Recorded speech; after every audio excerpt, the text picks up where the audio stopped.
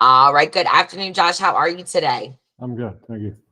Good, good. All right. I've got your resume here in front of me. You are looking for a new direct hire opportunity in the Jacksonville area. So I'm going to let you take the stage. Tell me what you've been doing for work most recently. So most recently, just retired from the Navy after 20 years. Great. My last command, I was at a fleet readiness center, which is basically a maintenance facility. So we did receipt, repair, and then distribution of avionics parts, aircraft structure parts, basically anything to make the aircraft fly. Fantastic. Now tell me what a typical day in the life work day looked like for you in that last role. So it started about 0700. We get in, sit down with the senior leadership, look over the workload for the day, which changed every single day based on parts we would get in, parts we were waiting on, priority requests from different customers. So we'd sit down, we'd look at all that, break it down, and we'd have our morning production meeting, pass it out to all the leaders, all the junior leaders that we had. And then we would go back to each individual shop and do an individual pass down with the guys and girls there, and then just follow up throughout the day, making sure everything was going smoothly and that they didn't need anything. Fantastic. And now how many folks were reporting to you?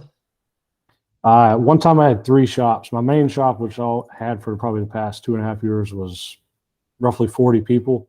Okay. Then I had another calibration shop, which we would send stuff that need calibrated and they'd take it out. That one had about 10. And then I had one other one I helped manage. It was a battery shop, and it probably had 20 people in it.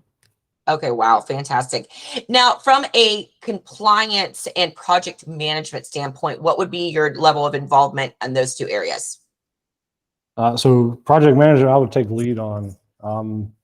One example, one of the ones we did when I first checked in, there was a project they'd actually been working on for probably about 5 years to gain a capability for a new piece of equipment that we had. And the only person that could work on it, or the only company, was in France. And so the lead time was about a year. Once you sent something in, it'd take about a year to get the part back. Wow. So I got in with some people out of Maryland, some specialized guys out of Jax. We coordinated with the Readiness Center in San Diego and the one in Atsugi, Japan. And so I led the project. They took it because mine was closest to being stood up when everything started. And we went through, we rewrote the whole maintenance instruction from start to finish. We had a trainer piece of gear that we could work on, train my guys and stuff. Went through it, figured out what we were missing, what the pub was missing as far as, hey, you got to have these tools. This isn't allocated. You need these parts. These aren't allocated. Figured out how to do all the logistics, getting everything in. And then finally got approval, stood up the shop, gained the capability, and it took the turnaround time from greater than a year, especially due to COVID. We brought it down to 2 weeks. So they would send it in 2 weeks later, they had it back. Fantastic. That's very impressive. That's definitely a big win for your career, for your stats here. Yeah. I love that. Now, at this stage in your career, what's the most important thing to you about your next opportunity? Most important thing right now is family. So I've just got out of the Navy, 20 years, deployments, night flights, being gone all the time. So being with them is my number one priority right now. Fantastic. Okay, great. And what are your salary expectations? What do you need to make to consider an opportunity? I think to consider one, it's going to be between 60 and 70.